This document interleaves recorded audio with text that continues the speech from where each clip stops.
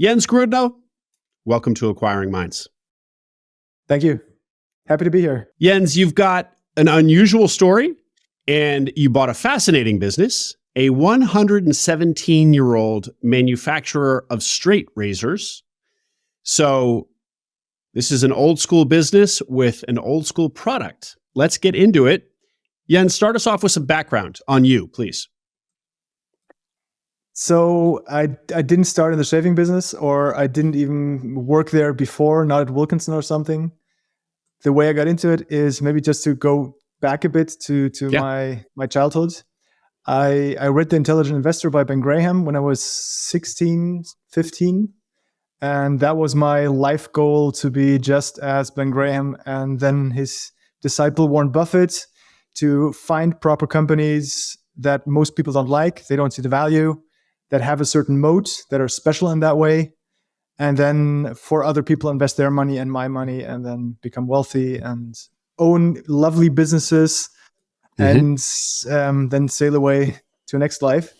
And tried that for 10 years. So from when I was 16, then studied finance in Munich with engineering, founded an investment club in university, and wanted to prime people in the investment club to follow the ideology of value investing, to think long term, to be a investor that really understands the business and thinks like a business owner.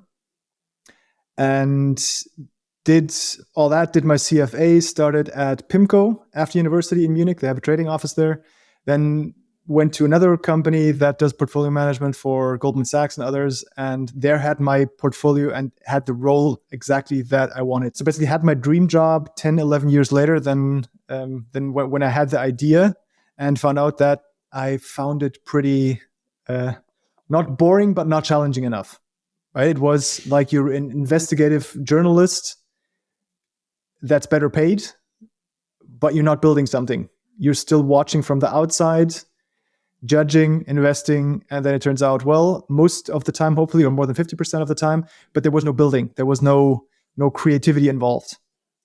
And Jens, let me stop you there. Because if you had, from such an early age, decided you wanted to be an investor, I'm surprised that what investing lacked, the kind of the building, the creativity, wasn't something that you realized before. I guess it was only once you really became a practitioner that you really realized that you weren't going to be building anything. You were just going to be kind of reading and moving money.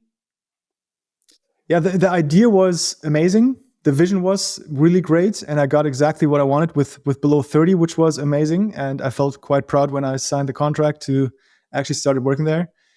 But then a very early midlife crisis hit, where I realized everything I was working for and suffering for, and working on weekends and summers to do my CFA while working quite hard and doing my own investing, that just went away. Right? And then I've had to figure out, okay, what do I do now? Right? Once you realize those 10 years were working to a direction that's not what you want to do, that's not going to be your passion, not even for more than 1 year, what are you going to do? So, not really knowing what I wanted to do, I went to a friend, asked him, because he was in Berlin, and Germany is, compared to the United States, not really a venture hub. Right? There's Munich, where I was living back then and working, and then there's Berlin. And Berlin is the big hub where all the money is, the larger corporations, the venture investors were all in Berlin. So the whole community is there. I told him, look, Rocket Internet, that's the copycat, large company that copied multiple companies quite successfully, and they built one new venture, I knew, and then I was able to join quite in the beginning, so as employee number 5.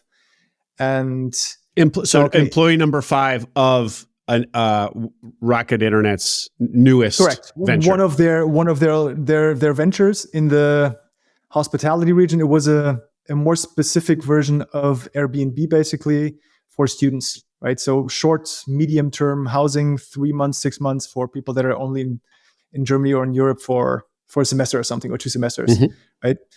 And was able to join early. We built the company to 150 employees within 5 months, which was quite intense and crazy to take part of. And then got scaled down just as fast. And I said, look, this was fun. Now let's build something that's more sustainable. So joined another venture through a recommendation and a friend who, with an investor team that built multiple businesses before and sold it. One to Rocket Internet, actually. One to a Japanese investor back then for 180 million. So they had cash. They were building multiple businesses at the same time, and one was in the luxury goods space. So it was basically buying and selling luxury watches, right?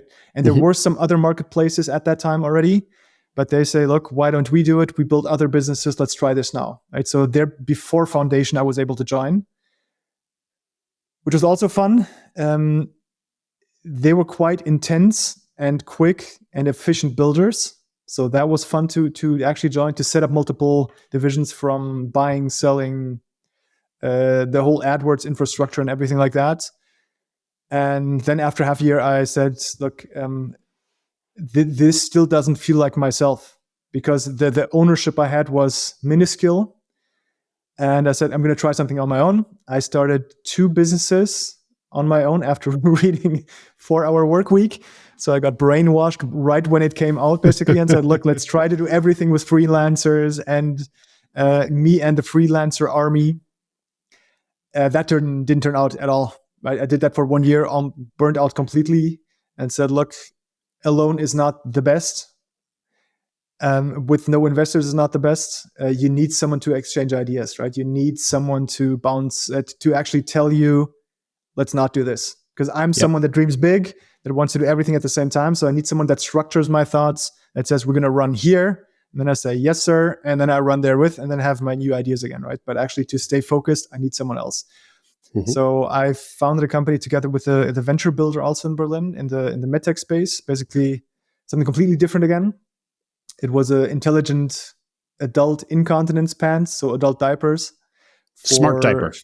A smart diaper, yeah. To basically say, keep people, especially in care homes in Germany and around the world, from staying in their excrements for longer than they should be, right? To basically tell the nurses, look, you have to do something, and then they can still decide if it's at night to wake them or not, right? But to provide better care, right? Also with movement sensors to say, like, if someone falls, if someone has decubitus or something, or skin that is prone to decubitus, to then move them if they can move themselves.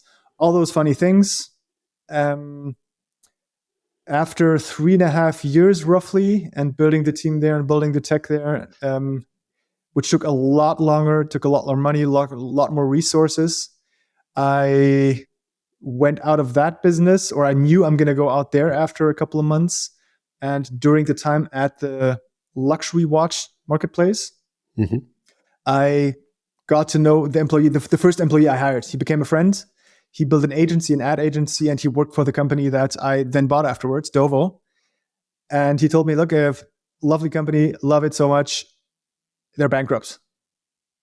And this friend of yours from the Rocket Internet, is it? Sorry, from which business? From the luxury watch platform. From the luxury watch marketplace. Correct. Had an ad agency. He's working with one of his clients is a business that is a business or brand that he respects, but he sees that management is running things into the ground, or the business isn't doing well. No, it was already bankrupt. He basically told me, look, they're not paying my invoices. They declared bankruptcy, and it's a huge shame because it's the largest manufacturer of straight razors. That's a tiny, tiny niche business. Right? It's not a huge business. It's a niche in a niche in a niche, basically. But they're the largest ones. They have an extremely loyal community. Not many companies exist, right? There's basically 3 big ones. It was DOVO. There's one in France and another one here in Solingen in Germany. And we got to talk. We talked for hours and hours. And he basically said, look, they did so many mistakes. If you just don't do those mistakes, it should be okay to actually run the business and grow the business and make it viable again and grow the business, right? And invest in new products and new markets and stuff like that. So from there to actually acquiring the business was quite intense, because let me stop you again there, Jens. Were you receptive, or did you need to be convinced? Because this is obvious. This is a very different entrepreneurial path than what you've been doing, which was very kind of traditional startup-y stuff. buying a struggling manufacturer that's a century-old business is quite a pivot. So did your friend have to sell you on this concept? Give us kind of the evolution of your thinking about actually opening your mind to doing this. He didn't really need to sell me because he talked about the business and the products before already. So I knew roughly what the business is and the products. I never shaved with a straight razor before in my life, right? The things I bought. Few of us have. I mean, it's as you said, a niche within a niche within a niche. It's quite scary, yeah. yeah, it does. I've tried it, and it is quite scary. Yeah, and it's a shrinking market, right? So when the company was founded, it blew up to 50 employees back in 1906. But now, like I said, it's very, very few people, probably 1 in 1,000 people, guys actually shave with a straight razor. Yeah. So I knew it was a niche, but what I had was pattern recognition a bit, right? Because from priming myself over years and years in value investing, the number one thing I wanted is a good free cash flow margin, plus no one can disrupt the business, right? So there's no innovation that can disrupt us. No new market entrant can really come in because it's so hard to actually manufacture those pieces that you need years and years of experience, even in one position. So even in one part of the production process, that you can't just, for example, if you now want to build a new one, how do you get the people? How do you get the knowledge? That's super specific. The machines are not even manufactured anymore that we're using here. They're 67 years old now. So I understood that what I was searching in companies in my prior life, all those things made check, right? Hard to disrupt, innovation can't disrupt it, no new market entrants really. So there was a huge moat around the business, very loyal customers, the B2B customers, so the dealers plus the end customers, even though the production quality went down over the years before buying it, even though maybe the customer service wasn't the best before, and the sales effort wasn't the best and stuff like that, they still stuck with the brand because the brand was so powerful and the products were still really, really good, right?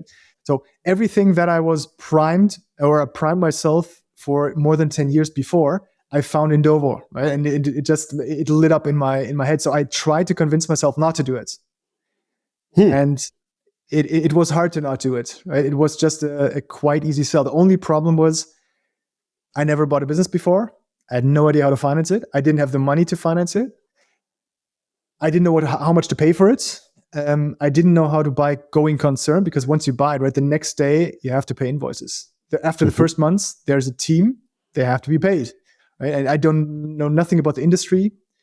I actually moved to Munich 2 months before buying the business, and that's 600 kilometers away. So I didn't know the city. I didn't know the industry. I didn't know anything about production, about sourcing, about product design. So it was quite intense, but I said, look, let's try it.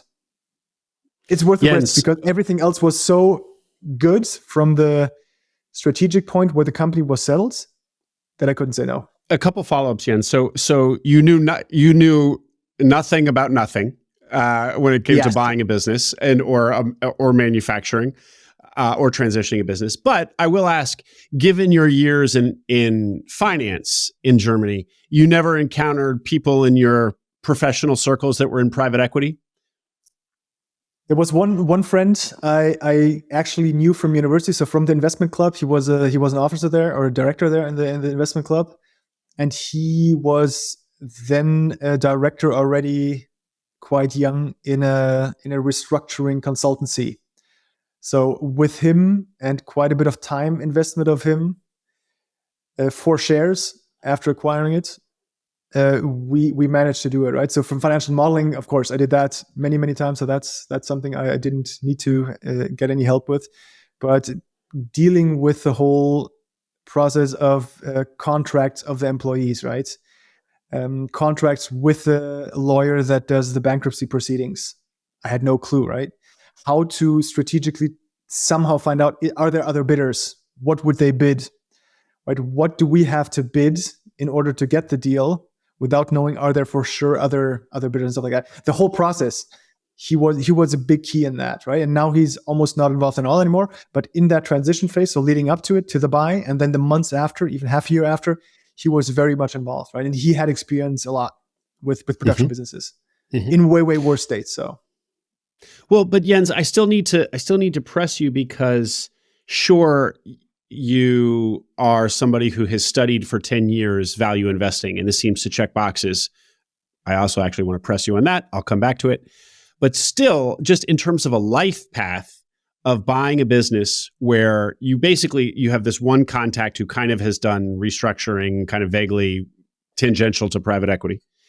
But it's not like you know other people in your professional network who've bought a business. So just aside from the intellectual exercise of value investing, and then this feels like that, it's still a big decision to take your whole career down this direction. So I'm just kind of pressing you on that. I mean, there's kind of personal and emotional features to this decision as well. And frankly, maybe this would be a good time to bring up something that I asked you in the pre-call too. So indulge me. The reputation I've always heard of German culture with respect to business is that it's very risk averse, that it does not accommodate failure very well. So the thing that at least Americans tell themselves, it seems pretty true, especially in Silicon Valley. You try something, it doesn't work, you fail, no big deal. In fact, everybody pats you on the back for at least having tried. And that in Germany, that's definitely not the case. It is still you are looked at as crazy to take big risks. And then if you do fail, people are going to say, rather than patting you on the back, they're going to say, I told you so, sort of thing. Now, that's a stereotype. I have no idea. Please tell us if that is, in fact, the culture of Germany and the business culture of Germany. And then if so, tying it back into my previous question, like, what was the emotional content of your decision here? This is a crazy decision. Let's be honest. The very short answer for the German versus United States part of looking at failure and at risk, that is 100% true, I think. Right? I lived in the United States when I was a kid for 2 years, and then 1 year in Canada when I was older a bit. And that's 100% correct. So there was not one person that told me this is a good idea. Not one. And I think that also is something that's my character, right? So for 10 years, I was doing one thing, and people said basically, why are you doing this? Why are you doing the CFA and stuff like that? It's you're going to fail and stuff like that. So once I get told too many times that something doesn't work, I want to do it. Right? But that's all my life. It's something, if someone tells me something at school or something, do this and that, not so good because I won't do it. I will do the enough to be good, but not the excellent. As soon as someone tells me this is almost impossible, I actually want to do it, right? So also in Berlin, those were things that were industries and areas and products I had no clue about, and that's what excites me, right? Because it, I don't know how to explain it, but once something is hard enough that most people don't do it, it becomes easier in my mind.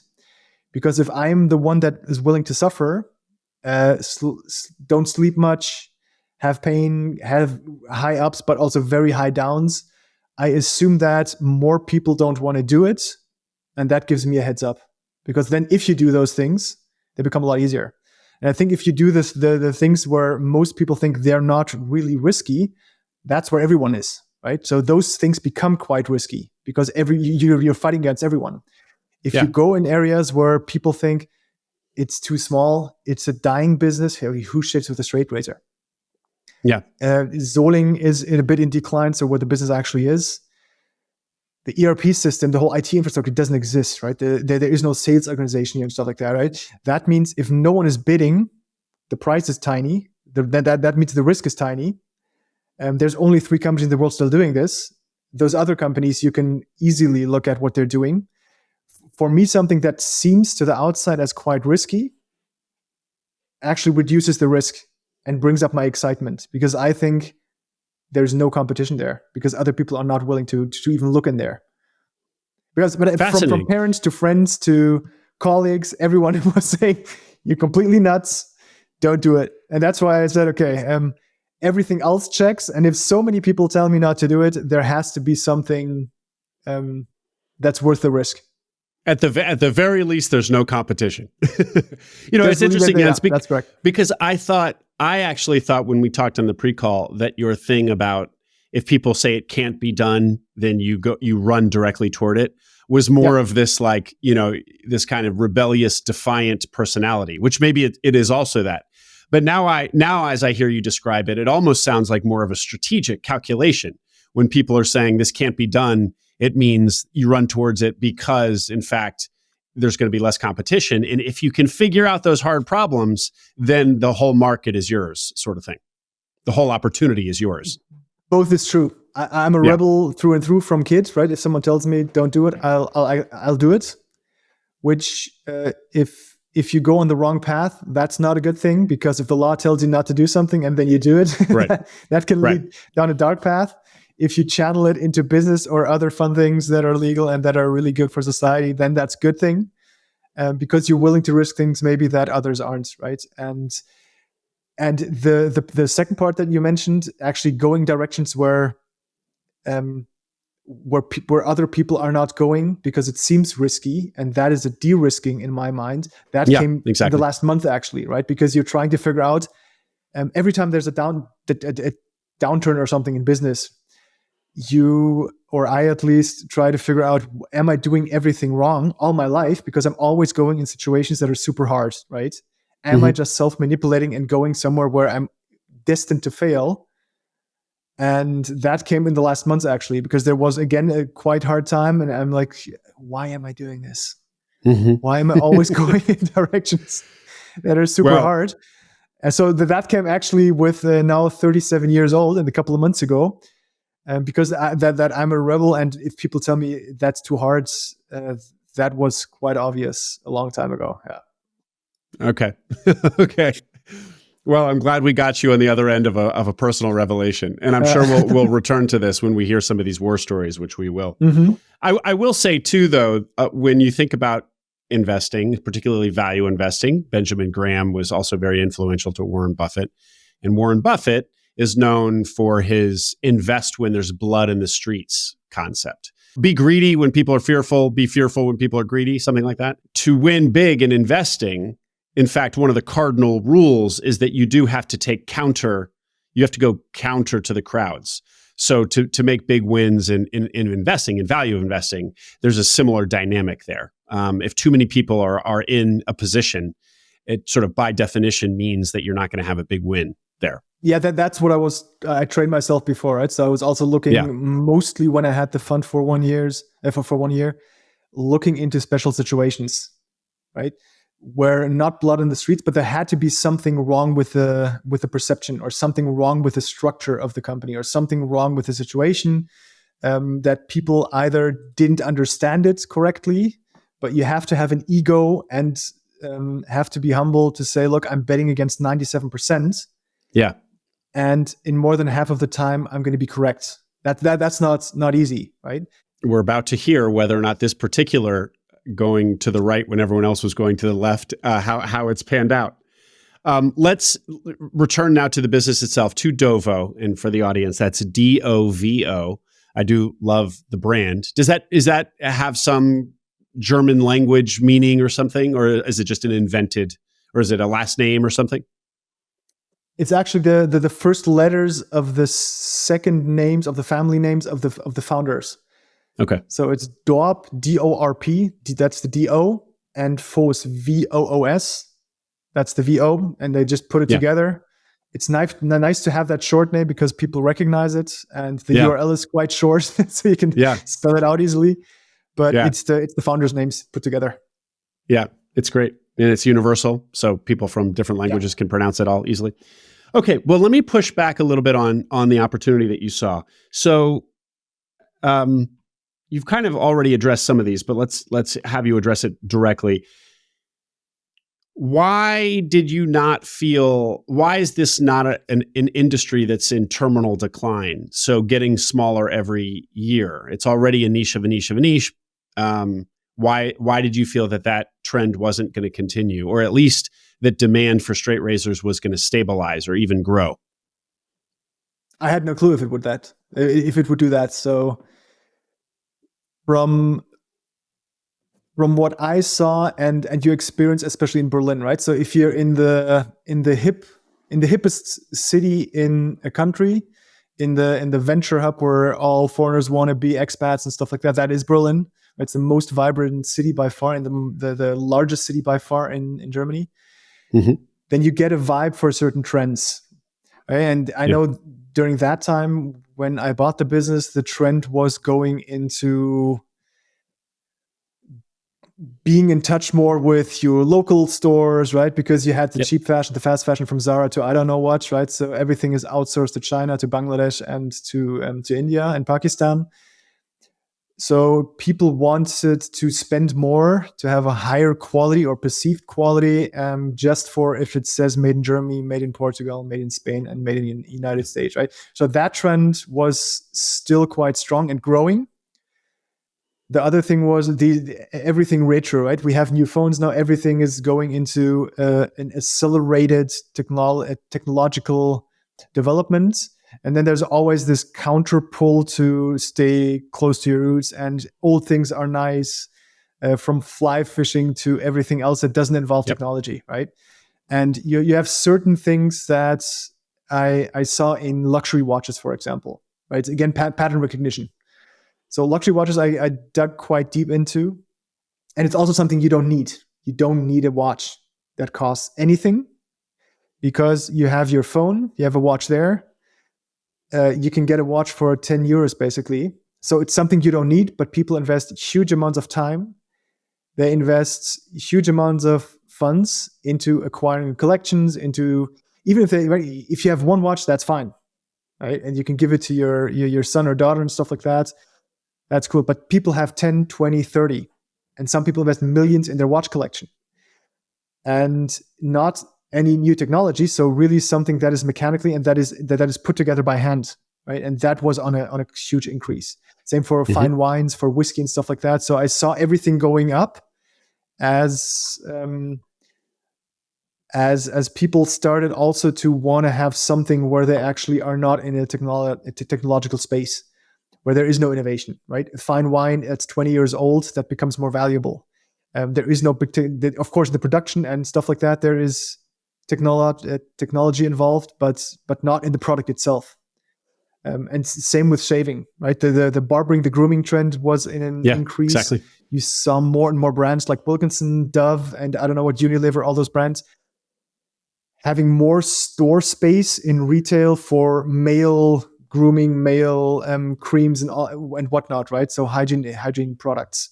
So it went from there's one product for beard care, if at all, to there's a huge aisle of it, right? Yeah. So men invested more in their appearance, in products for their appearance and stuff like that.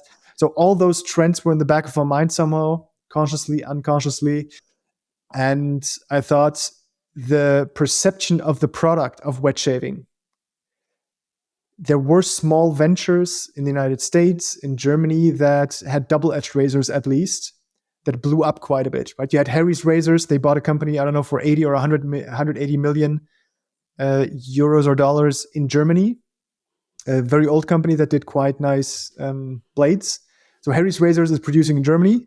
So the trend was clear that the direction at least could go up, right? It's not completely declining. And I thought, okay, it's probably declining because the companies that are involved have no clue about how to actually sell the product to a younger generation, right? So if everything I learned before is true from value investing, and everything that I acquired somehow in Berlin, so the more innovative ways to get to customers, if you put that together, I thought, okay, it's worth a try, especially knowing that the old management lacked a lot in exactly the areas where I thought I could accelerate it and build those up.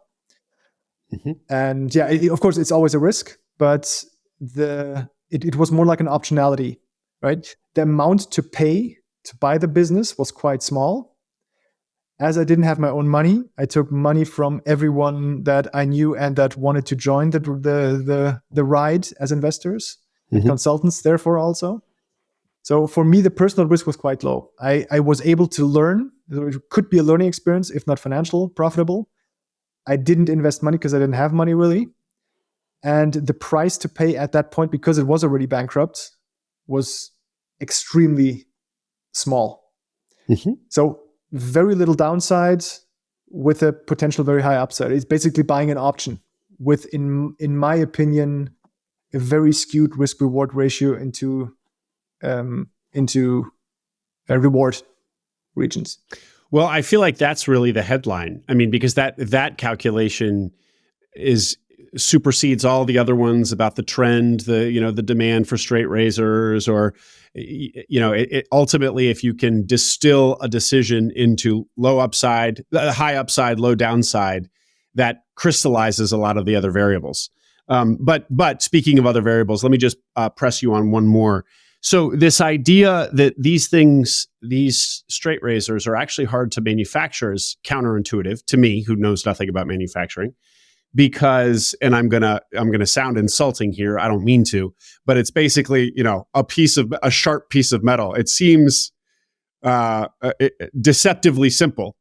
And I would just think that I could go on Alibaba and private label some straight razors tomorrow, sort of thing, recognizing that they're not going to be the same quality.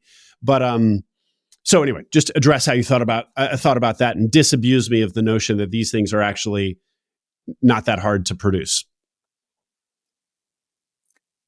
I can compare it to anything else, right? Of course, you can go to Alibaba and you actually find not the exchangeable blade straight razors, the Chevette that we have also in our portfolio, but really straight razors for $3, $4 landed cost here in Germany.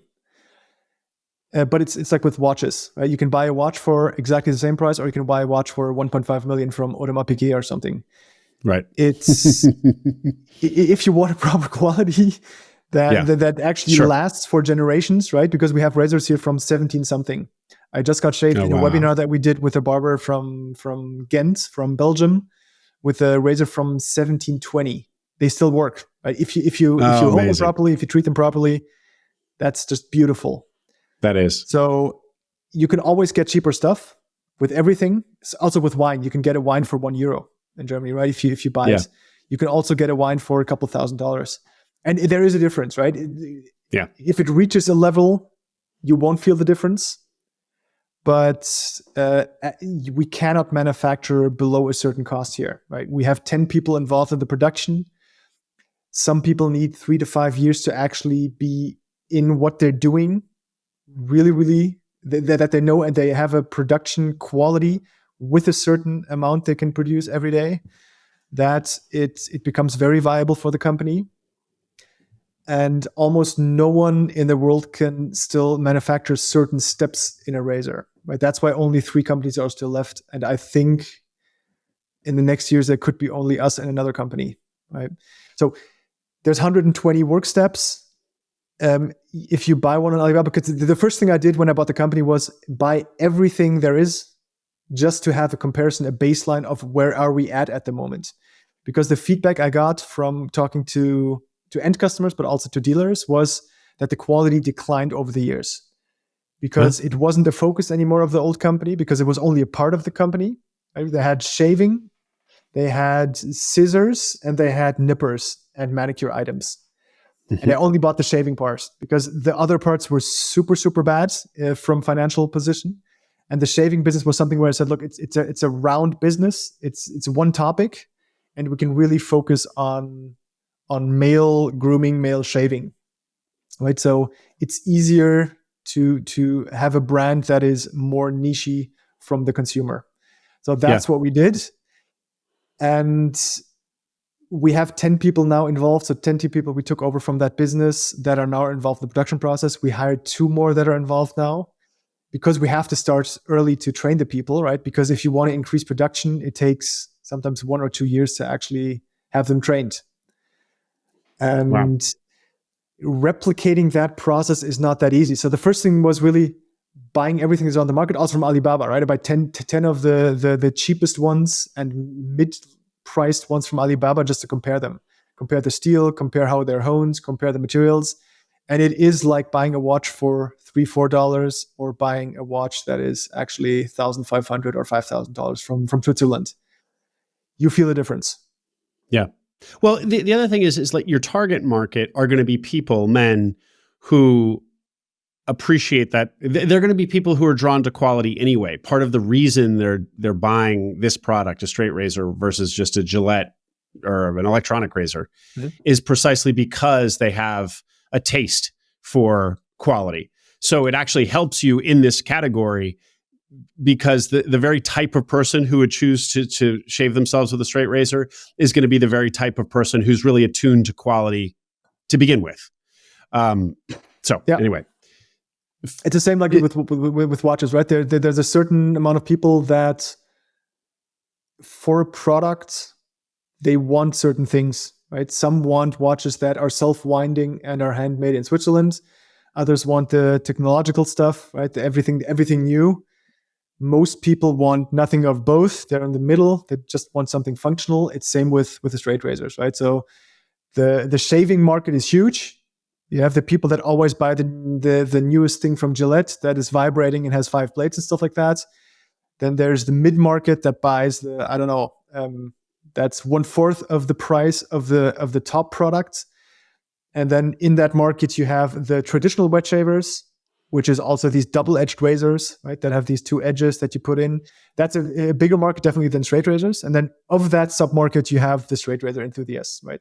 Because that's the most work. And you have to actually learn it a bit, right? It's not that hard as people think. It's actually quite easy to get into. And I never cut myself with a razor so far. But you have to invest time. You have to hone it sometimes, right? You have to get a leather strap and you have to get informed and actually try it out, right? So that's going to be a super tiny subset of that category. Great, Jens. Well, let's return to the plot here. So you start looking at the business and what do you see? Like, how are you going to assemble the deal to buy this business?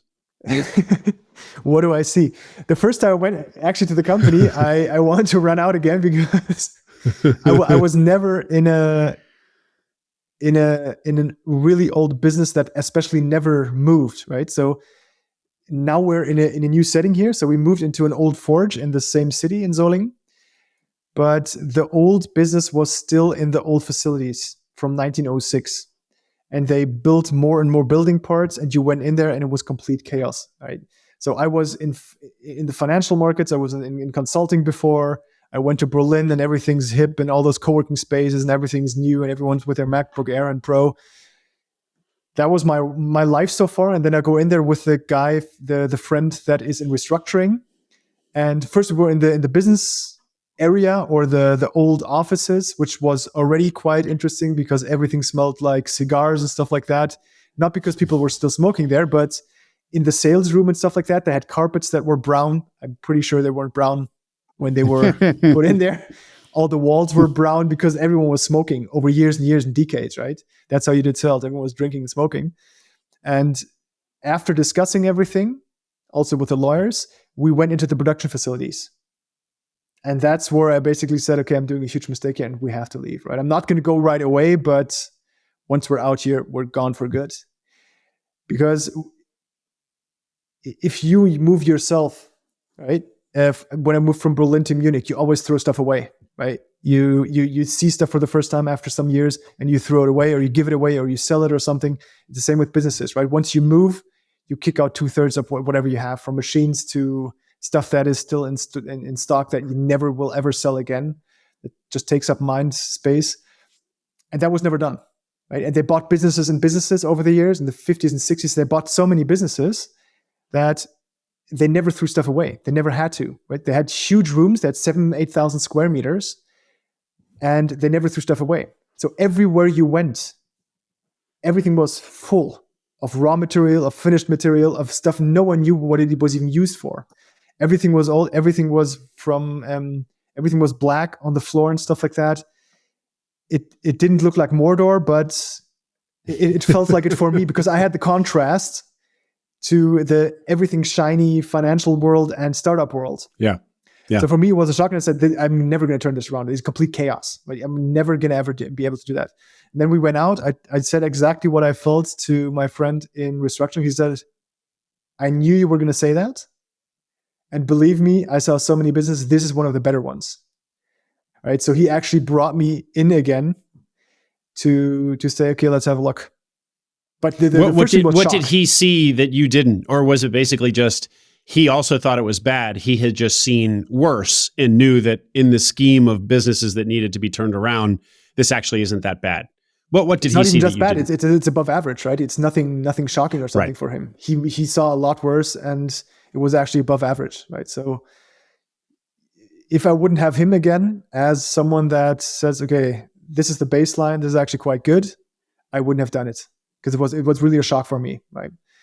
And after we moved now, if you walk around You here, sound traumatized. yeah, this is a therapy session here. Yeah. It's the first time I'm talking about this again. No, but now that we moved, we built everything new here, and we still have the old machines and stuff like that. So that's why it's actually quite interesting, right? It's this contrast from we went into an old forge. You can't really see it, but next to me you have still these real big steel constructs from the old forge, and around that we built the offices. So you still have the contrast between old and new, but back then it was a shock for me, a completely culture shock, right? Well, what convinced you that you should do this? Same as before, it met every criteria that I was looking for in a business. It's almost indestructible, right? If something survives for 116 years, there is a reason, right? After 6 years, that's luck. After 3 years, it's luck. After 20 years, maybe, because there was no economic downturn, big one or something in that industry. But if you survive 116 years, they have to do something right? There has to be some knowledge in production. There has to be a brand that is so strong that people still buy their product for 116 years. And the product itself, once you have them in your hands, once you see how they're produced, it's very easy to become a super fan of the whole process and the company and the brand and what it represents. Especially if you know that only a handful of people are actually still able to do certain production steps in the whole world. And all those things just told me this is something worth saving, right? So you at least have to try, right? Even if it's not financially viable in the medium term or something, it's worth saving and trying. Well, let's get a little bit more about the business. So you've 116, 17 years old. What about the size of the business, revenue? Can you give us any numbers to give us a sense of the financial size of the business? Before I go into the size roughly, from how it developed, DOVO had I think maximum amount of employees 34 years ago of 150 people. Right, so it's a medium-sized business. It was very, very profitable, and they became they grew quite a bit of an ego. So they thought, okay, the brand is so powerful, the products are so amazing, everyone loves us. We don't have to have sales, marketing, and stuff like that because everyone's coming to us, which was true at that time, right? So every smaller customer they just turned down and said, "No, you're not worth it." Then Pakistan, especially for cutlery, managed to actually produce products that are getting better, right? And then once they actually do the same designs, and you cannot almost tell the difference from the pictures when you buy something, it becomes harder and harder unless you really build the brand that people want to buy that, right? Because you're going to be 10 times more expensive sometimes, or 5 times more expensive, right? So you have to have a certain aura that you build about the brand, that people are actually attracted to it. And that was really done. And that wasn't done, I think, in all of Zoling, with really powerful brands that just went bust, right? Even in the last 3.5 years, while I was in Zoling, many really strong traditional brands from 1700 something, 1800 something, they went out of business or got bought because they were about to go out of business, right? What a shame. From 150 people, they went down to 100 people, to 80 people. They went up again a bit after James Bond in Skyfall got shaved by Miss Moneypenny in one scene. And actually the demand for straight razors quadrupled during that time.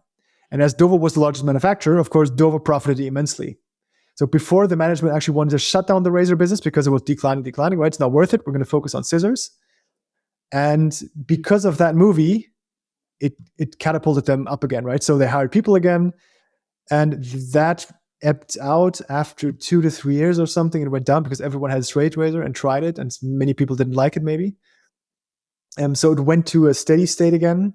and everything else declined. And then when they declared bankruptcy, there were 45 people. So we took over 9 people, and now we're 17 people again.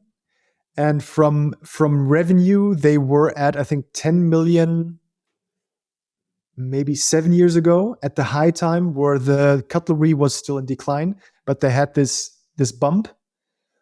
After that, it went down to 6 quite fast, 4 million, 3 million. So when we took it over, it was roughly 3 million. But the 3 million was with all other parts, right? So it was already small. Then we only took over the shaving business. And that was only 1/3 of the normal business, right? So while we sold the old stock still in the beginning after turning over, we still had full warehouse. We sold that off. That gave us revenue, of course, which was super nice in the beginning, right? Just to get the free cash flow for something we didn't even build.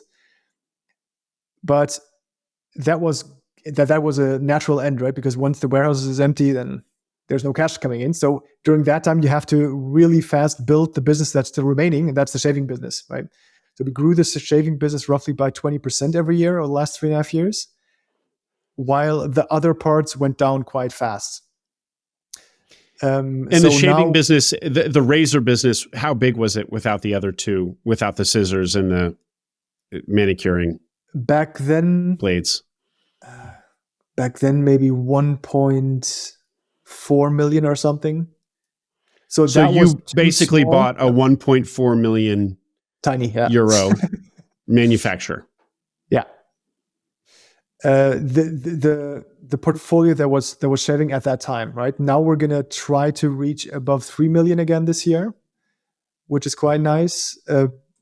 If we're lucky, we're gonna reach 4 or 5 because we're launching new products that are quite unique and no one has in the world, right? So we're developing for 3 years, and I can't announce yet what it is, but there is a person, a designer, a knife maker that we worked with that in the exchangeable blade razor parts worked for 2.5 years to build something that's just truly amazing. So every barber that has it gets goosebumps and teary eyes. And we actually developed this with a barber house chain that's called Barber House in Munich. They also have one in Hamburg. So we developed it with their barbers together and got their feedback, did some workshops. And now after 2.5 years, actually, we're launching production very soon, hopefully in 8 weeks, right? So that could be something that actually doubles or triples the revenue in 1 to 2 years because it's so unique and no one else has it. I want to hear about what the plans are for the future, but before we get there, we need to hear about all the pain that you've endured to get where you are now, Jens. But just one quick follow-up question on the power of the brand. So like if I go to my hipster barber, in kind of a retro barber shop that are popular, will he know the DOVO brand? Is this something that like everybody around the world who's in the business of giving men straight razor shaves will recognize? The better one will know the brand, but they most likely won't use it because almost no one is still shaving people or their clients with straight razors. In the 80s, with AIDS coming up and the people being scared of everything, of a blade and syringes and stuff like that, many of them stopped doing it. Right? And then after a certain time, if almost no one does it anymore in a barber shop, then getting into it again because you need a lot of experience, not on yourself, right? Because if I do it myself, I feel the pressure and I can really control what I'm doing. If I'm about to shave you, that takes a lot of experience because I have to be completely sure I don't cut you, right? Because if you're before work or during work, right, at lunch break, you come in and you have a nice white suit and you have an appointment afterwards, you cannot cut your clients at all costs, right? So getting into and not to mention the pain. Yeah, the pain. The client's not going to come back, we're pretty sure, right? So most barbers are not using those, right? They're using these exchangeable blade razors. They throw the blade away afterwards. It costs 5 to 10 cents to use one, and that's it. So what we sell into is largely or almost exclusively the private person. Through dealers, most of our revenue, but also through our website. But it's the end customer that either has 1 knife or 2 knife or gets into it. And then actually we have some people that have 200, 300 knives that are collectors. So that's our customer at the moment. And now the new product that we're bringing out, that's not exclusively for barbers, but the barber is gonna want those. Pretty sure, right? It has functionality that no one else has. From design perspective, from how you can actually use it, that's quite unique. So that's opening a completely new market for us. Okay. There's kind of an interesting how you approach strategically your offer price. Let's get through that, the actual transaction, and then I want to hear you really share some more stories and what at least what the transition was like as you took over this business. Sure. So talk to us about the transaction. So I had no clue what we can actually bid for it. So if there's other bidders, and at that time where it's actually, okay, how much do we bid for this? How much do we say we're going to be able to pay for this or want to pay for this? While figuring out how to pay for it, because banks didn't want to give money for a bankruptcy like that, right? Especially a declining business. It's too small. There's no security because all machines are already written off. There's no hard assets, right? So it was completely impossible to talk to banks. We talked to them, but they basically said it's uninvestable for us, right? There's no collateral behind it. And personal guarantee, how much money you have in the bank, well, that's not enough, sorry. So I got money from private investors and they said, I'm going to invest this, I'm going to invest that. So I had a sum in mind that I was able to raise. And then the friend was very helpful in figuring out how much we should bid. Because during the process of discussing the price and everything, we got a hunch, at least, weren't 100% sure, but we got a hunch that we're the only bidders. And once you know that, and you have someone at your side that does transactions day and night, he's able to figure out how much the lawyer that is trying to sell the business or wind it down, how much he would have to invest, right, from the assets still in the business to wind down the whole company. Mm-hmm. And then you calculate that. You say, look, it's X. And then we said we're going to bid 10% above that number. And then he actually doesn't have any work or less work than winding it down. And he has to say yes, because he has to go to court and say, I maximized the amount for the people that are owed money. Right? Mm-hmm. It was a gamble. Could have just been the case that they said no, because there is another bidder. But we had a hunch from discussions that we're actually the only ones. Mm-hmm. And that turned out to be true in retrospect. Right? So we were able to aim quite low. We had something in mind. We figured out, okay, but there's probably no other bidders. So we're able to go to half that amount. Mm-hmm. And so just to repeat what you said, you figured out what kind of the liquidation value of the business would be. Correct. If this fiduciary basically couldn't find a seller, couldn't find a buyer, what liquidating the assets would yield. And as long as there weren't other bidders and you could provide a premium over that liquidation value, in your case, you just kind of chose 10%, then it's an easy decision. They get 10% more money. They kind of have to accept the offer because as the fiduciary, you're providing more financial compensation than the alternative. And oh, by the way, it's also easier because there's no wind down. They just give you the keys and it's your problem. Correct. Now it's your problem. Have fun. Right. Okay. Well, that's it. That was an interesting, very logical calculation. It makes sense. And obviously it worked. Can you give us a sense of what you pay? So as you know now, in our world, we typically value profitable businesses, a multiple of earnings. I assume the business wasn't profitable. That's why it was in bankruptcy. The whole business wasn't profitable, but the shaving part was profitable, actually. So The one that we took over was profitable. And there were many people in sales. At least they had the name sales on their desk, but they weren't doing sales, right? I understand sales is you have a very large part of your salary that is based on what you actually do, right? Are you successful? You earn a lot, or not? Then not. And they weren't doing sales. Basically, the old management said, "Look, we're so powerful as a brand. We're not going to go out from ourselves and ask if you want to buy our products because that's beneath us. We're not going to do that." Right? So they actually didn't do sales. They were flying around, but they were doing customer service or chatting with people and stuff like that, right? So I didn't take over that part either, right? From the office perspective, I only took over the really skilled people in that area that were working. But still, even though it was profitable, or what you took over was profitable, you still didn't value the business based on the earnings of the business. You valued it based on basically completely. Of course, internally we said this is the value that we think this business will bring us over the next couple of years, right? What the potential is, discounted cash flow model, and just saying, okay, what do we think this can be if we expand the portfolio, especially in certain topics, in certain regions, and acquire new customers and shift from B2B, because it was 100% B2B, where you give 50% of the revenues basically going to your dealers, right? If you have more people coming to your own platform, to your own website, right, you earn double, basically, right? So if we shift that through marketing into that direction, even just doing that without growing the amount of products that we sell, that should be quite nice, right? So just from what we pay, that was purely, he has to accept this offer if there is no other bidder. That was the only logic for us at that time. Okay.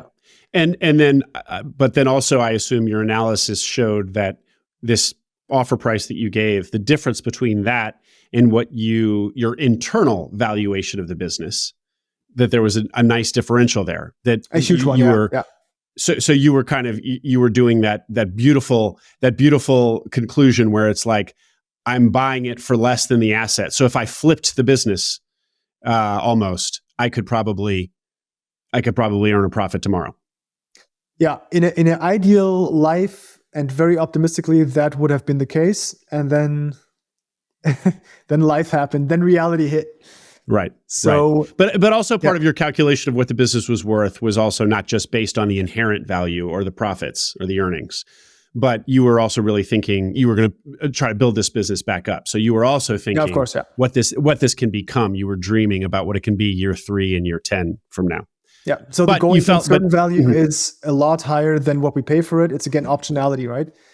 If we pay a bit for this option, and if it turns out that the going concern is where we expect it in that range, there's a huge upside. If it doesn't turn out that way, then we almost risked nothing, right? Compared to buying it when it's still going concern and not in bankruptcy. Well, Jens, this analysis sure feels like, I mean, we've said it explicitly, very little downside, no downside. And yet it's been brutal. And yet, that was a lie. Yeah. Okay. So you buy this business. Tell us, I'm just watching the clock here, Jens. We have to condense 3.5 years of pain into a few minutes, but start wherever you want, maybe the transition or whatever it is. What is so much worse than you thought going in? The biggest hurdles were implementing new ERP system, new website backends, moving the whole company, the whole production, among many, many other things. And one partner that was 1/3 of the revenue. So it was DOVO and Merkur. They were in DOVO, in the company, was the same owner. Right? So Merkur does double-edged razors, DOVO did straight razors. The administrative work was done by DOVO. But Merkur was separated by the owner before the bankruptcy, years before, because he actually thought Merkur is going to go bankrupt and it shouldn't pull down DOVO. That was exactly the opposite, right? Merkur was profitable and DOVO went bankrupt. Still for him, it was of course good, right? So we were the largest dealer for Merkur products, and actually all our dealers that we sold to thought that is one company, right? So what we did is basically buy from Merkur, finished products, ship it out with our products. We make a profit margin, not as big as our products, but still quite okay. And that was 1/3 of our revenue. And 1.5 years ago, they stopped delivering us without any notice. The notice was weeks after, if not months after, saying we don't have capacity anymore to deliver to you. Right? And they found someone else to do that in Solingen, didn't tell us. Poached our clients, and so on and so on. That was quite dirty. But that felt quite harsh, right? Because if 1/3 of your revenue breaks away, that's tough to handle. In a time where many dealers that are stationary because of lockdown, they're not able to open the shop. And many old school retailers, they don't have online presences yet, right? They can't sell online. They can't shift the whole demand online, right? So you had COVID lockdowns, huge bump to less quantity sold, less demand from us. Then 1/3 of the revenue breaking away while we're preparing to move the company to the new location, which cost roughly €500,000. Right. So for a large company, that's nothing. For us, because I'm trying to invest everything in new product development and everything else, that was quite a bit, right? So it was 5 times more than I expected. I had a reference from another company here in Zolling, moving company, and then moving the machinery, the whole electronics in here had to be redone. I didn't have that on my radar, right? That was 180,000, 200,000 euros alone, right? So everything came at the same time. You had to move the company because we had to get out the old factory. 1/3 of the revenue breaks away. COVID, lockdowns weren't really in our favor. Plus the selling the old products, so scissors and stuff like that went almost to zero. And at the same time, there were still some bookkeeping issues with the old company that quite a large amount of our funds were still locked with the bankruptcy lawyers. Yeah, you know, that Jens, was not a fun time. I'm hyperventilating just listening to this.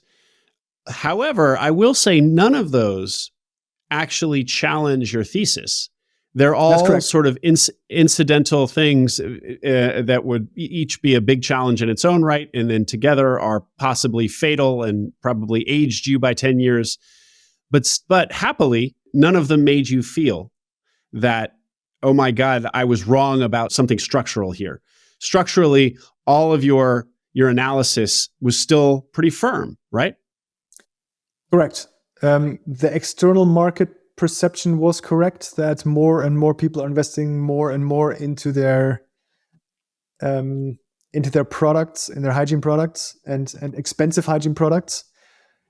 What was quite nice was, of course, the retailers went down in what they bought from us because they couldn't sell. But at the same time, people that are at home more, they are searching for new hobbies, right? So what can you do? Of course, I can invest in watches, but what if I don't have money? I can do more gardening. I can buy new plates and cutlery and stuff like that. But I can also see if straight razors are fun to do, right? So it wasn't as harsh as for others, I think, because more people got into that as a hobby.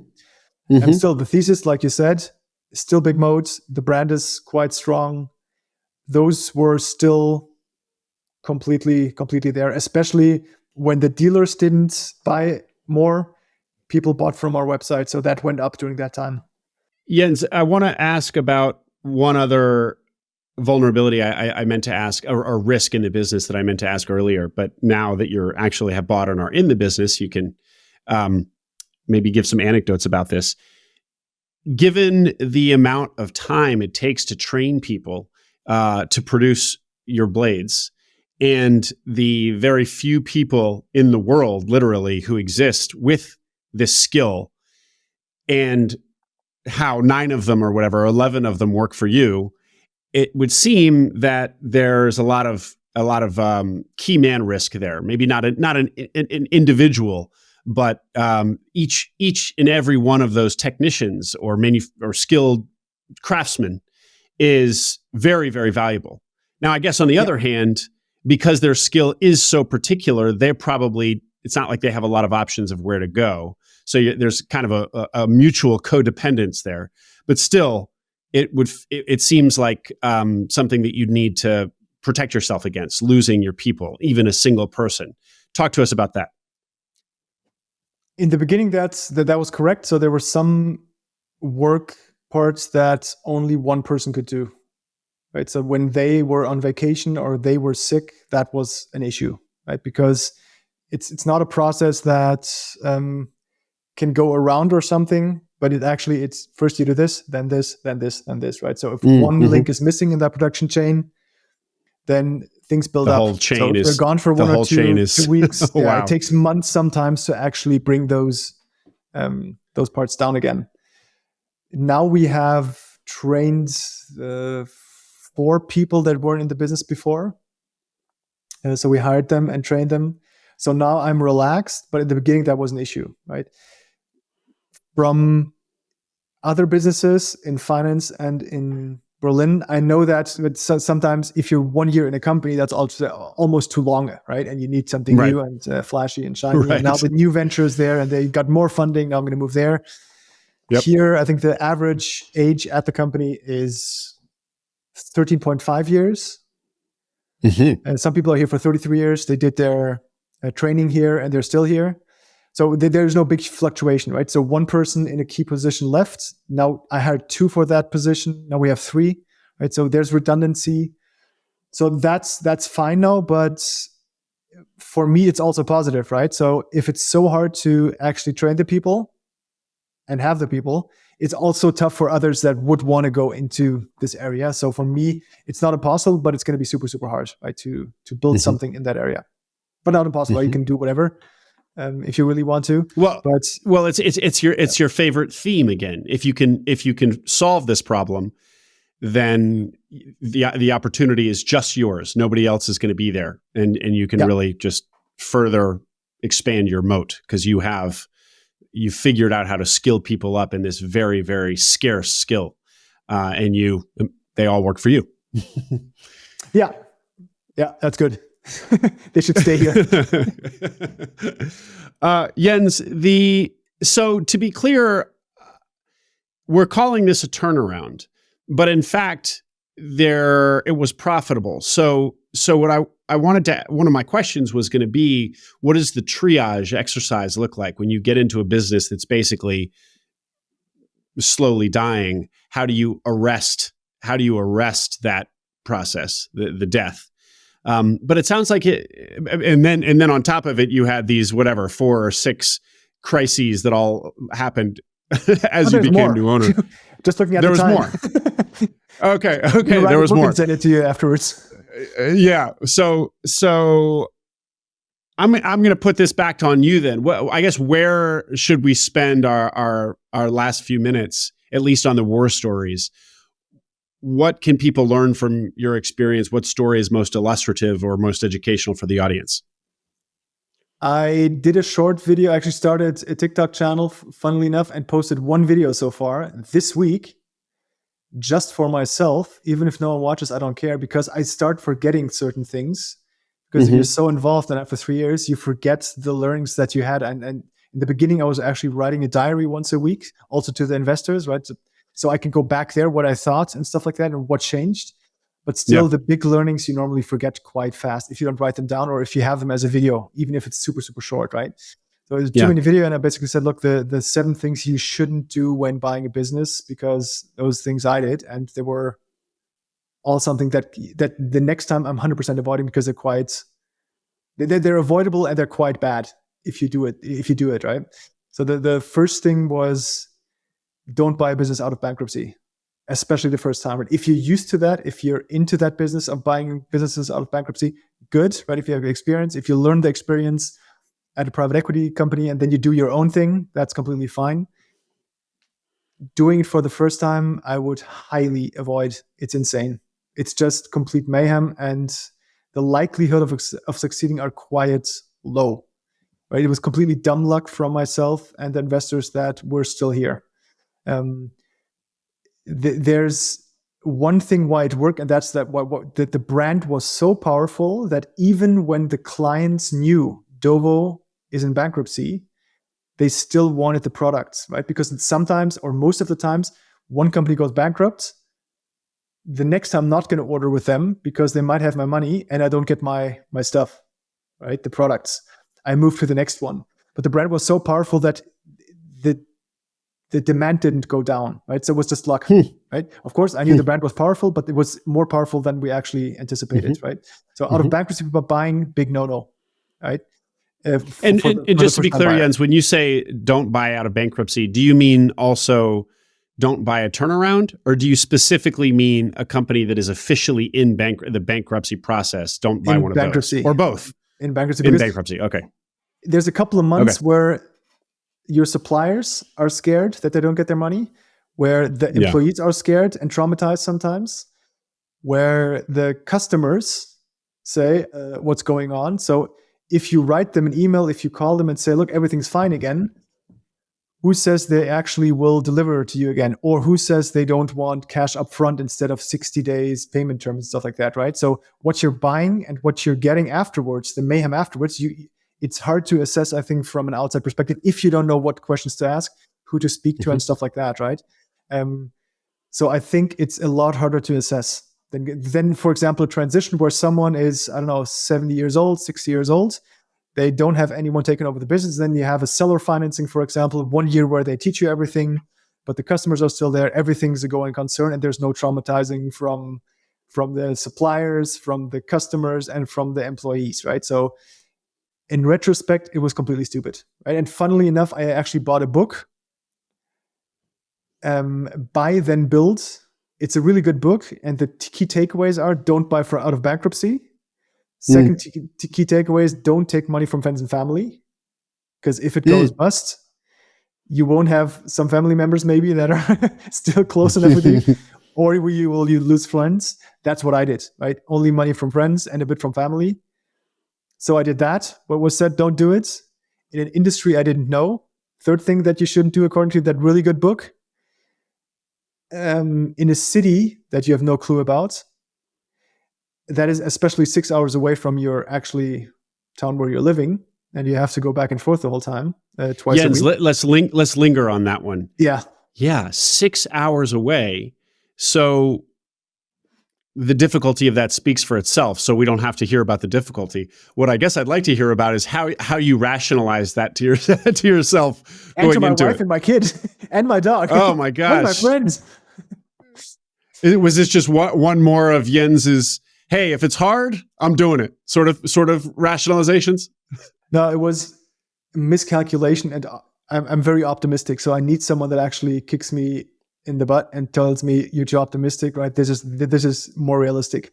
So the assumption was the first year we restructure internally, right? So production process, we move the company and everything like that.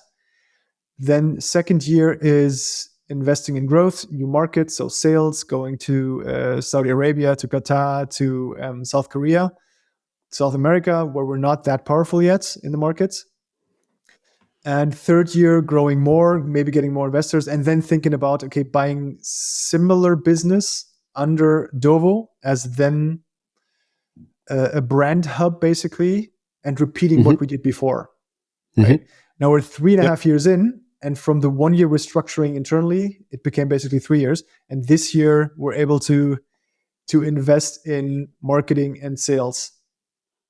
So you're finally getting on the plane to go to South Korea 3 years later. So it was that, okay, I don't have a kid yet. So back then I didn't have a kid yet. I didn't have a dog yet. My wife was working quite hard in Munich. So she was also okay with me being in Solingen, because after work, she didn't want to do anything but sleep and watch TV.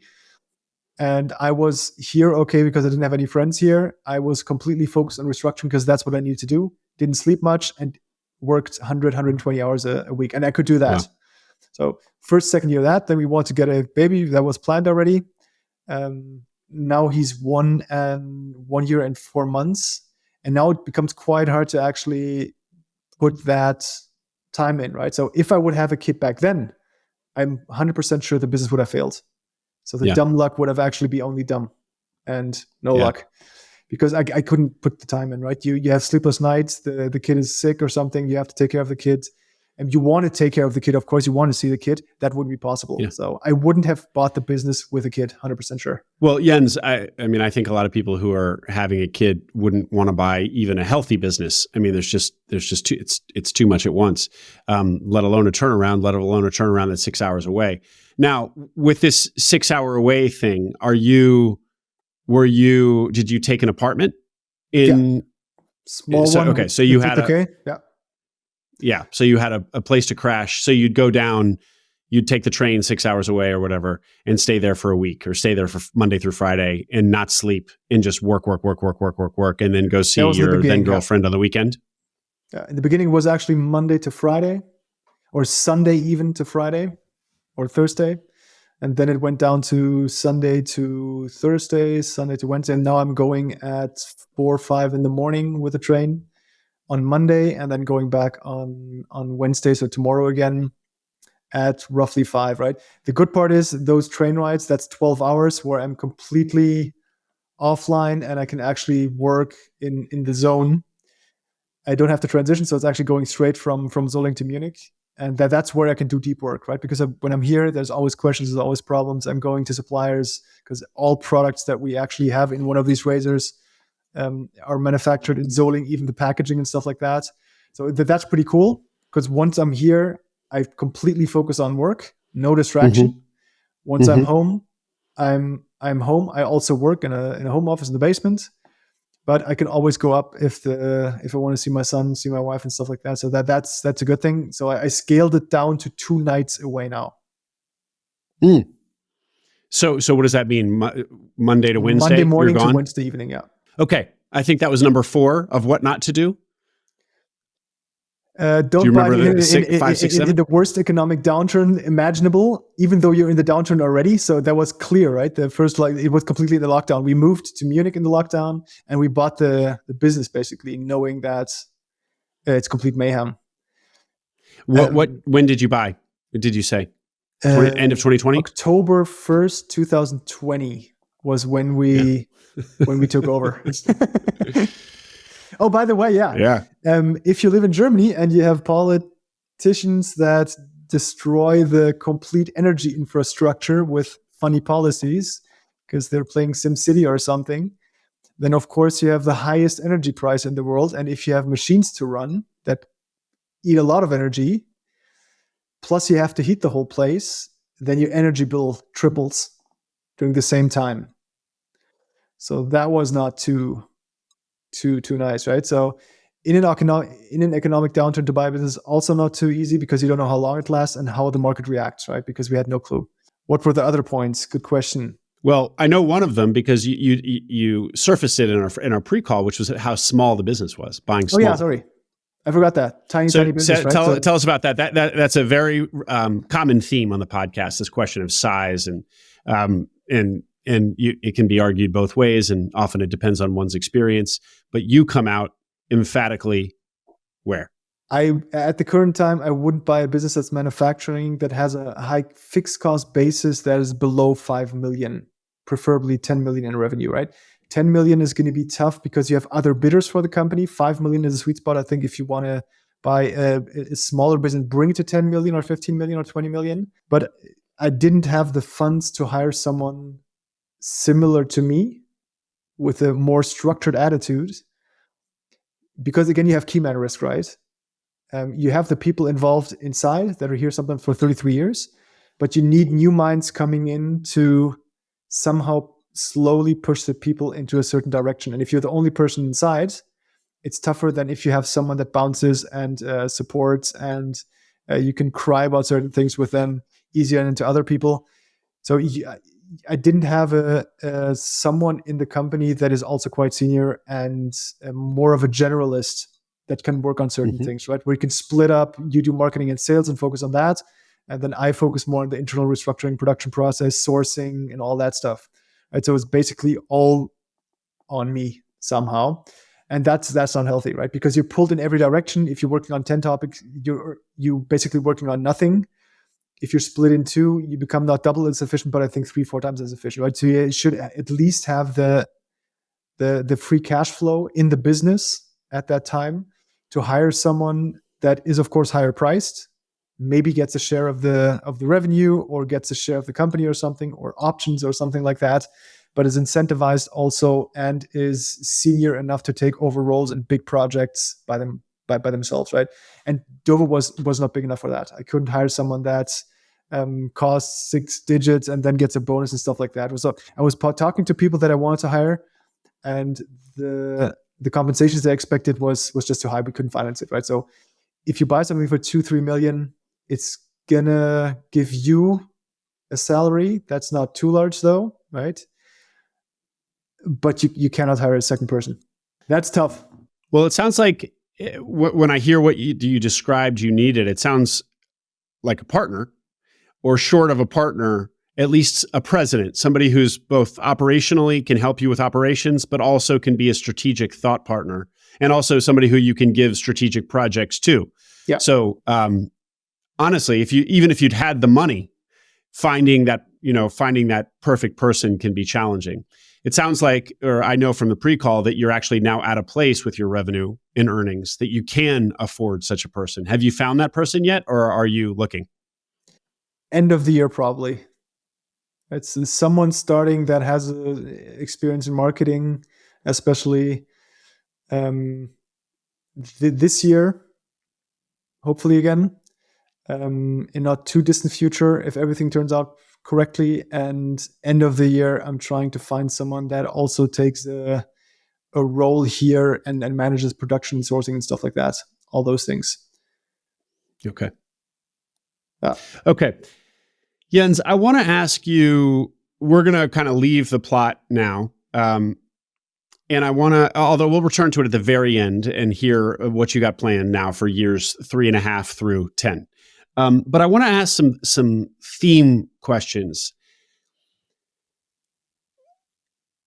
You read Buy Then Build late in your journey. For many of my all of my audience will know the book. After I bought the company, right, then I'm like, right. okay, I did all those mistakes that are here to know. Right. But of course, and of course, one of the book's the biggest takeaway of the book is in the name. It's an encouragement for entrepreneurs to buy existing businesses and build them rather than start from scratch.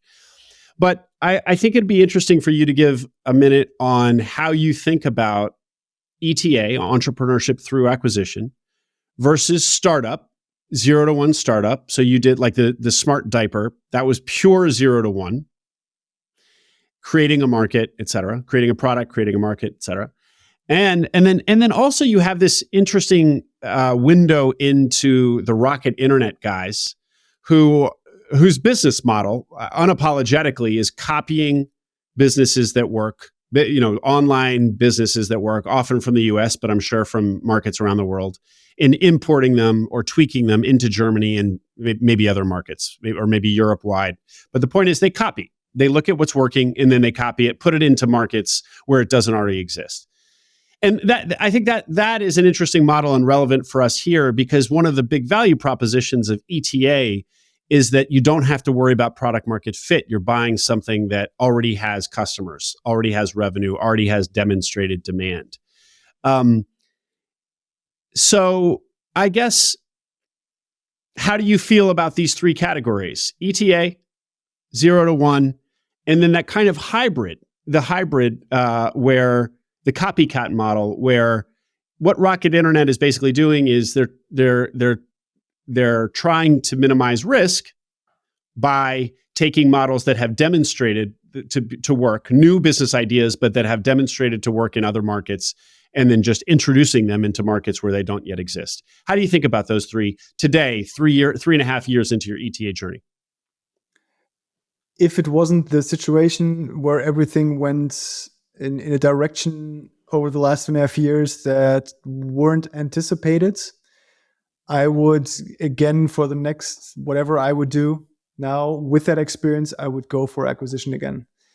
But not out of bankruptcy, but from someone that built a proper business, puts their life in it, sometimes in multiple generations or something, where there's a powerful brand, powerful customers, a customer base that are repeat buyers and stuff like that, and are too small to be acquired by PEs or something as a platform investment, right? So if you're at 3 or 5 million, you're not interested. If you're a PE, right, you're below their radar. They're too small. Mm-hmm. And right. in that area, if you have something where you feel that could be a moat, and especially even with no innovation on the marketing side, sales side, that it's a viable business at steady state, even at no growth, that's something I'm quite interested in. And it could be something completely different, could be something completely boring, where you say, okay, I'm gonna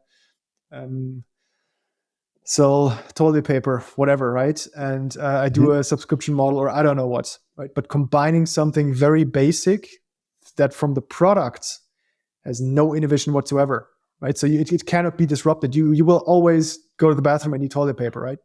People will always love certain things, right? And beard will always grow.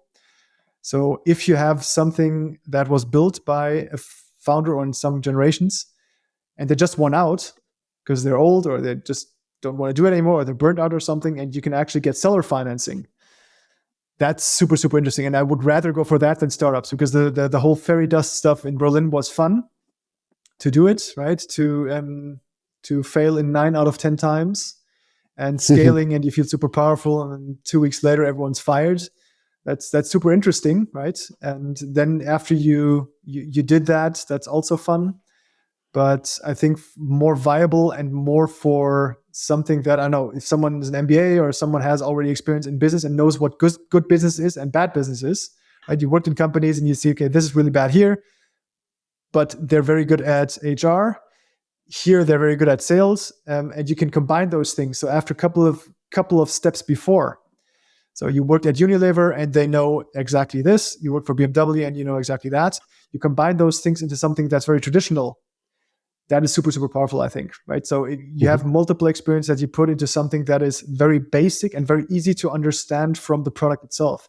Right? Straight razor is you buy the raw material, you grind it a bit. Of course, it's 120 steps. It's super, super hard. But I can explain it to my 4-year-old son, 6-year-old son. They understand every step of it, right? And those businesses are quite interesting, I think. Because then if the go-to-market strategy, you can innovate in that, especially if you worked at a company that did it before. Right? You can apply something to something old. Could be a shoe manufacturer that's super loyal customers. Clothing is always something I wouldn't go into, because I don't like that I have to chase or do trends. With straight razors, they don't look too much different than 100 years ago. There is no trends. I don't have to chase stuff, right? There is no innovation in the design or something most of the time.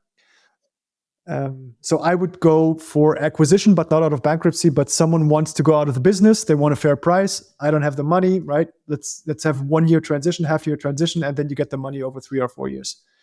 Right? So that is something I would do a lot more than completely from zero. Because the hardest side, I think, is getting product market fit. That's insane, right? That's most ventures go bust, because they don't have product market fit. They have something, they have some vision and stuff like that. No one needs it. Like, they don't test early enough. They don't have user research. They don't go out and be embarrassed by the product they have because they're too afraid. I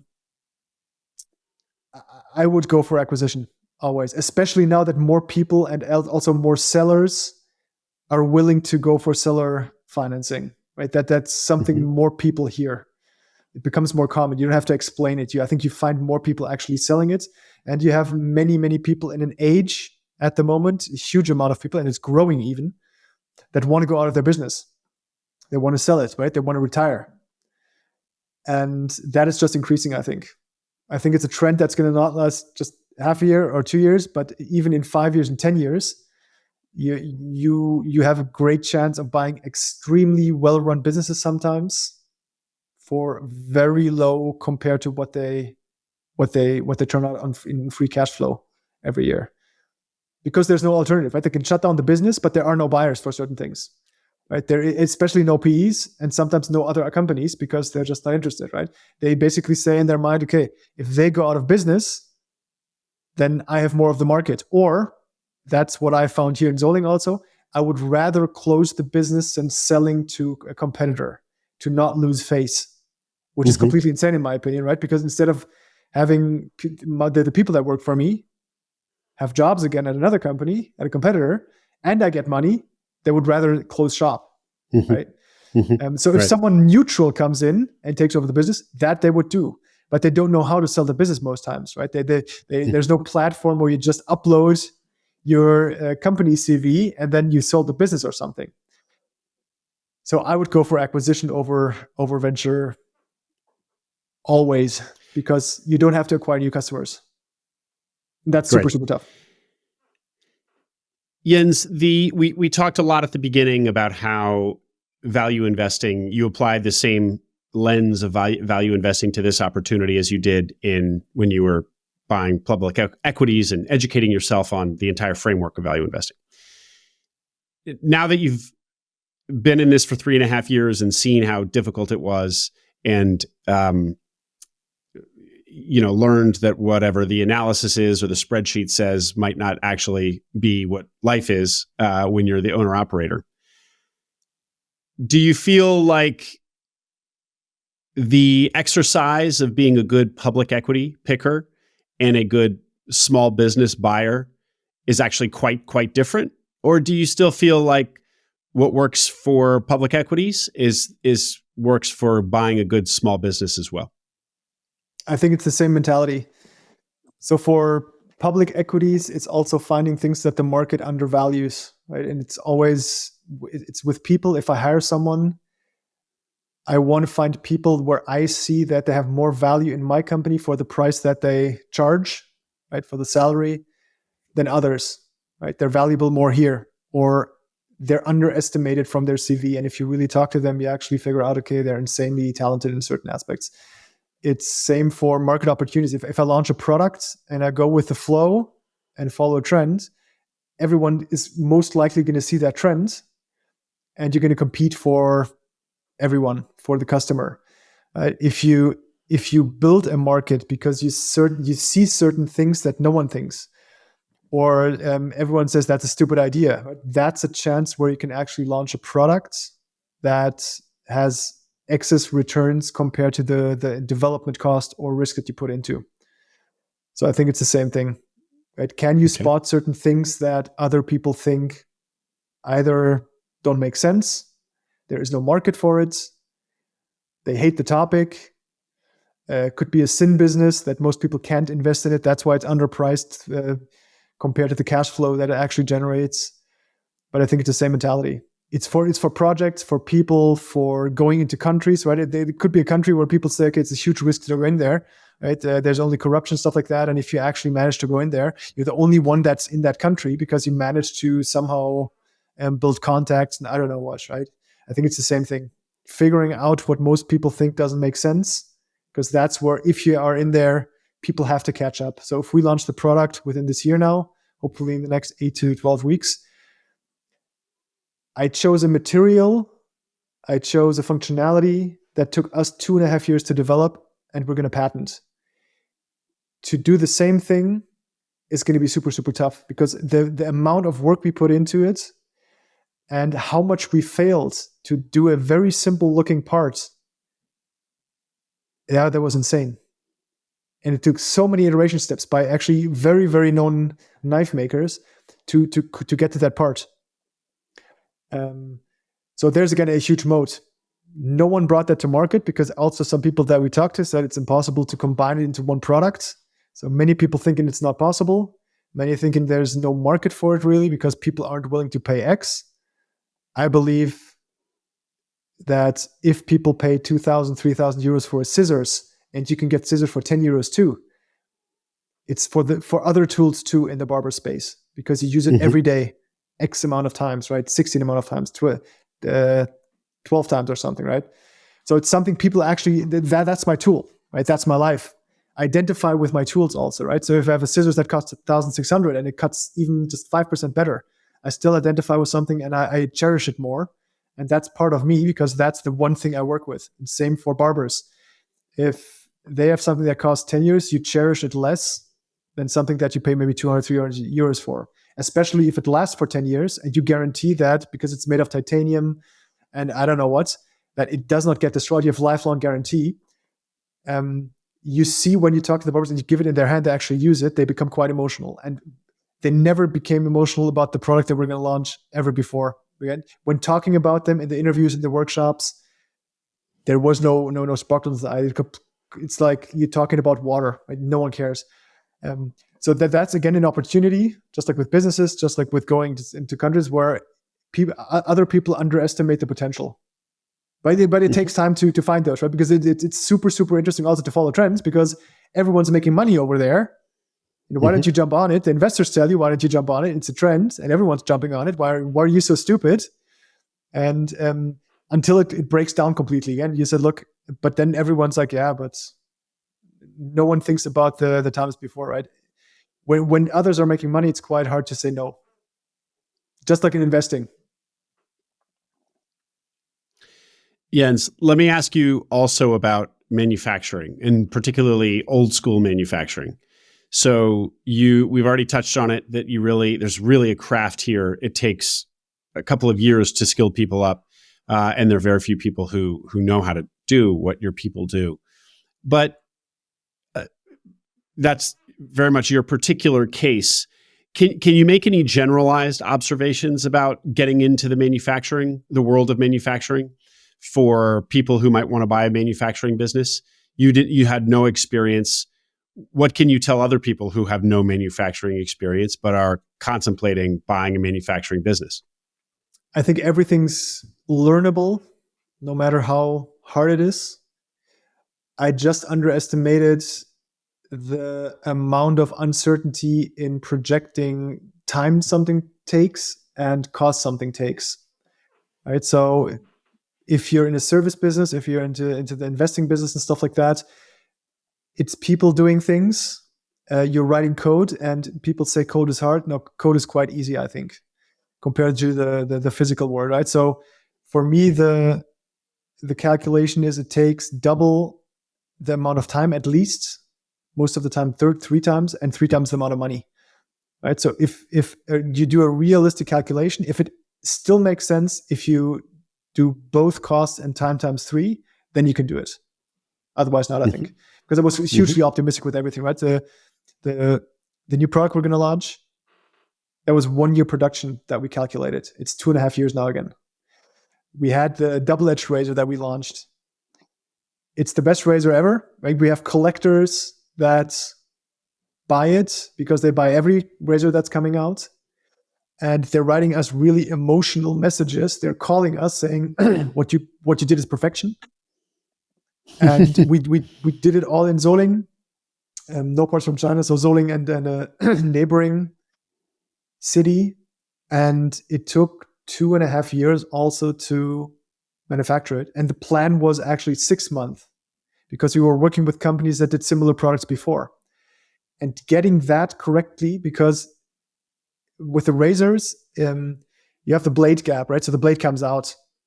If you want to shave securely and fast, and you're still sleepy in the morning, and you want to cut yourself, a difference of 0.01 millimeter you feel on the skin. It feels differently. Wow.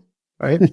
And then if you have a product that has tolerances in the production, so zinc die casting, and then you have multiple layers until you have the chrome plating, and you know that if you have chrome plated parts and they're put into the fluids to have the chrome plating, if you have a product in the middle of that plate or on the outside, how much chrome attaches is different, right? So figuring out how to perfect that took 2.5 years, right? And we think it's 6 months, right? So sometimes perfection is really, really bad, but then once you launch the product, that is super valuable, because the people that use the product, that buy the product, they feel what went into it, because some people have the comparison, right? And they actually become emotional when using the product, because they think, okay, this is how something can feel. This is how something can look. Even if you open it at parts where normally no one cares about, but even if you open it, it's beautiful. It's polished, right? There's nothing there. And at a price point where we manufacture in Solingen, and we're still competing with things that are basically drop shipped from China. But yeah, lots more time, lots more money, and everything that can go wrong will go wrong. Murphy's Law. Okay, Jens, round us out now with what are the plans for the next however long you have planned into the future? Is it maybe 5 years? What is it? The plan was a 3-year plan when we bought the business, right? We had a financial plan, stuff like that. Where do we want to be? How much do we want to sell to B2C channels? At what time? Right, 30% after 3 years or something. All those things were nice predictions, but nothing turned out to be correct, right? So I am someone that hates planning, because I say the amount of time that goes into planning, and then it turns out completely different anyway, it doesn't make sense. I can just work on something instead of planning. So I tend to plan not enough. There should be a bit more planning than me doing. But that's why telling 5-10 years is not really easy for me, right? For me, it's okay. We still want to shift from B2B to B2C because we have the customer direct, where we get the feedback direct. We can talk to them directly. The margin is higher, of course. That's number one thing. You want to reach 30 to 50%. At the moment, we're still at 15% B2C, which is nice coming from zero, but we want it to be double by now. Yeah, that didn't turn out the way it would. But this year is focused really going to the B2C channel because I need the feedback, right? You can book a call, the 10-minute call on our website. It's always me answering the people and talking to them. And that's the best feedback you can get. And the feedback gets stuck in your dealers, right? If they get feedback, then most of them not going to pass it on to you. Almost never, right? So if you want the feedback and to iterate on the products and stuff like that and develop something the market wants, you have to have a certain amount of people that actually use the product and give you feedback, right? Also, for example, we have, I don't know, a couple thousand people on Instagram. That's not a huge followership, but if, for example, we launched this product and we had 3 different scales. So 2 weeks ago, I put out a question, hey, which scale do you want? And then I said, okay, 40% want these, 30% these, and I don't know, 30% this, right? So I knew we can launch all 3 because they're all going to sell, right? So I plan less than before because every time I plan, it doesn't work. And then I feel bad. And you've wasted the time planning. And I say, look, just do your best, whatever you do. Of course, you have core things you want to work on, right? So the next big thing is doing lots of content to educate people on certain issues with a barber now that we're working very close with and that we're also in business with now. So shifting to creating content that is long lasting, not paid for, right? Not just AdWords, yeah, of course a bit, but mostly together with him educating and showing the beauty of those products, how they're made and how they're actually used in his barbershop, because he's one of the best barbers in Europe. Right? So YouTube lasts forever. Of course, you can put paid ads there, but once people see, I think, that our product are just beautiful also in using them, I think that's going to attract people in the mid and long term. Short term is AdWords, but I'm not a big fan of that. It's just create beautiful products with beautiful packaging. People will use it and try to give it to other people too, and they have the same experience, right? And the biggest thing this year is going to be the launch. Yeah. But in the trajectory of your own personal career, do you see yourself being at the helm of DOVO indefinitely, or maybe you buy other businesses, or maybe you sell DOVO, or what do you think for your personal path here? Or is the answer the same? I don't plan. We're going to see, right? I think once the business is triple the revenue, which we hopefully reach in not too long distant future, I think the optionality is there to do multiple things. And I talked to a couple of people that bought multiple businesses in Germany and have it under one roof, right? So they have one holding and they have multiple other businesses that they took over. And they're doing it very, very successfully because they can have one marketing person or 2 marketing person at the holding level instead of every company 2 people, right? So your margins just become better. And they were also quite old school business, right? So the oldest soap manufacturer, for example, we're manufacturing together with them soaps. And on Friday, hopefully we get the samples. And then the mindset is very similar. And I think that could be something viable. That we said, look, we went through hell with DOVO. Now I know what to do and especially what not to do.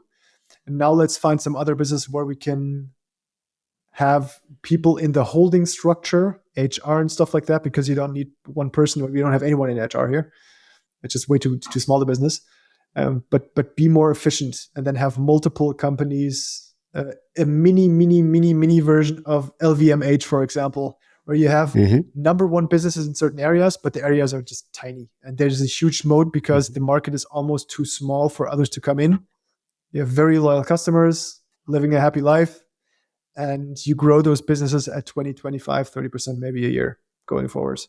Because the market is big enough, right? Because at that rate, they're not going to stay too small for too long. Yeah, and then you have more cash flow to invest in more businesses, hopefully. Yeah, right. And Jens, I don't think you've directly told us, what is this new product? What is special about it? What is it? we already have exchangeable blade razors, but they're comparable to many, many other manufacturers, right? So the barbers don't use these things here, but they use very small ones where you can break the double-edged blades. You put them in, and for every new customer, you have a new blade. You throw them away. That's 5 cents or something, and that's it. But there is no functionality in that thing, right? So if you talk to barbers, you do a workshop with 20 of them. One barber doesn't like this with everything that's out there. One's complaining about their product they're using here. So we collected everything that people don't like, everything they would have in a perfect world, right? If you can just do this and there's magic happening, and try to combine everything of those things in one product. We worked with a designer. And he managed, I don't know how, together with us to put it all into one product that is 10 times better than what I would even envision. And also the barbers, right? So it's something specific for barbers, for shaving. It's not a straight razor, right? But it's these exchangeable blade razors, but with functionality that does not exist yet. And that is very, very nice for their everyday use. Especially all the functionality can be actually done with one finger while looking insane. Looks like a mixture from Audemars. If you have the design of the Royal Oak from Audemars mixed with a Rolls-Royce Phantom, it's a similar design language made out of matte titanium. Yeah, I don't want to tell too much, but I think it's gonna be quite successful. And that is one thing. It's again optionality. We invested little money in the development. So low risk, took some time, but with a huge upside potential. And those bets I want to also do going forward, right? So things that aren't comparable, that don't exist yet from a certain perspective, and then do 1 or 2 of those launches a year. Well, there you are, back in 0 to 1 entrepreneurship. Yeah, recognizing, of course, that it's a restart. It's a restart. We restarted the engine somehow. And you're not. I mean, this is a marketplace that you understand with customers that you already have and user research that you can do easily, and so it's not launching a smart diaper into the world. Yeah, where you have huge production issues because 200 per second almost are being churned out, and you have to print electronics, and then you have to invent new methods of printing electronics. That was in Berlin. It was completely insane. There was so many unknowns at once with inventing new technologies, writing patents and stuff like that. That was completely different game now. Well, you probably would have thought that pumping out straight razors would have been comparatively a lot easier, but it turns out actually that's really hard as well. It's a lot harder. Yeah. Jens, if people want to get in touch with you, how do you like them to do that? LinkedIn, I'm very hard to reach because I'm never on LinkedIn. I don't have time. It sounds stupid, but every second I'm working normally. So easiest is either via WhatsApp or via email. And email is j.grudno, that's GRUDNO @dovo.com. Right? Or if people don't know that, I read almost every email coming into the info@dovo.com. So every email that comes in here through service @dovo or something, I somehow read, even if I just fly over it. Yeah. And Jens, if people want to be made aware of when this new product hits the market, how should they do that? Subscribe to the newsletter on dovo.com, follow Dovo on Instagram. Dovo Instagram, which is @Dovo_Solingen, or newsletter on our website, which is dovo.com. So we'll tease it in a couple of weeks. And then once we launch, everyone through the newsletter will get a once in a lifetime discount on the product and have it probably a couple of weeks before everyone else. Well, your excitement for this launch is infectious. So yeah, I want to talk about it and show it, but I can't yet. Jens, congratulations on surviving these 3.5 years. And while it's taken longer than you planned that it would and projected and hoped, that's so often the case in all things in business and in life. So you're not alone there. But speaking of being alone, you chose a very independent path. And I applaud you for that. And it's a really neat business and a really neat story. So thanks for sharing it with us. Thank you for letting me share it, and hopefully preventing from other people doing similar mistakes. Making those mistakes, but buying a business you endorse. Yeah, 100%. Always would do it again. Yeah. I think it's a lot easier than starting something from scratch. Yeah. Thank you, Jens. I hope you enjoyed that interview. Make sure you subscribe to the Acquiring Minds channel below. We are now publishing twice a week, so tons of new interviews and stories to come. Stories that will help you along your own path to acquiring a business.